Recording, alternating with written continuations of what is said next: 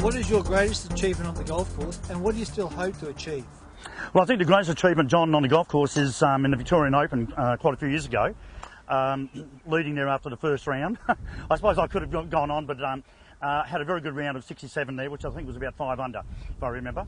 And with the in golf itself, being a doctorate instructor in a golfing machine, that I want to take further, to be able to have the most knowledge I can and pass that on to every player in the best way I can. What do you love about golf, and what do you dislike about golf? Golf, I don't know, it's just a love affair with golf. You know, from right back starting, when I first started playing, and I just love finding out different things about the golf swing in the search for the best way that I can teach, and I just keep improving that area, and I just love finding out the understanding more the proper concept of the golf swing and so forth. What don't I like? Well, I don't think there's anything I don't like about it. Sorry, but that's probably how I feel, I suppose. What advice would you give to a golfer just starting out?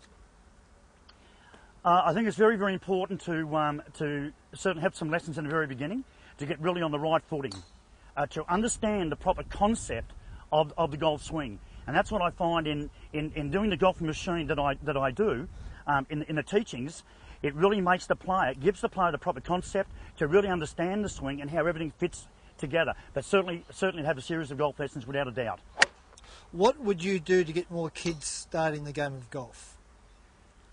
Well, I know here at our academy we certainly have a very big junior program here, and we're very much involved with schools themselves, having schools coming, primary schools and so forth, coming to the academy, and we go out to them.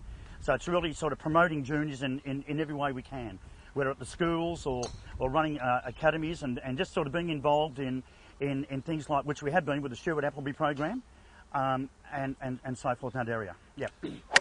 What has been the biggest equipment innovation in the game of golf, in your opinion? Well, I suppose from 1920 to Bobby Jones using the old hickory shafts up to the steel shafts in 1930, moving right up along the track.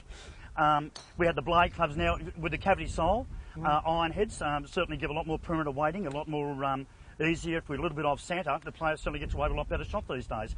And with the drivers, with the bigger heads now, and they had that trampolining club face and so forth, which I don't think they have these days now. But the bigger heads and the shaft, the graphite shafts and the whole technology has really changed a lot.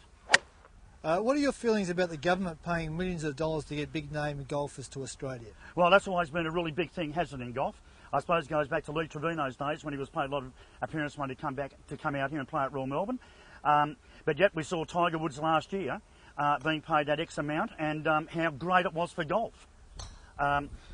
Well, yeah, debatable thing, I suppose, for a lot of the players, what they feel about it. But I suppose in Australia, how do we get a lot of the top players out here? But yeah, very interesting point, that one. What are your feelings about Tiger? Will he triumph over adversity to become the greatest player of all time? And should his private life have any bearing on the public's opinion of him or his role in golf? Well, I don't think the public should have a bearing on it. The other thing is, yes, it really depends on how he's going to come back after what's happened.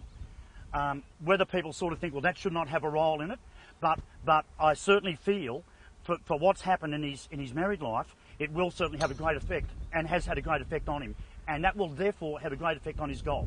It can take some time, maybe for him to come back, but I think he'll certainly come back again to, and hopefully, well, we hope to the standards that he's been. But what he's gone through, maybe right or wrong what he's done, but what he's gone through in his own personal thing, in his inner self, certainly has had a great bearing on his golf, without a doubt. Thanks very much.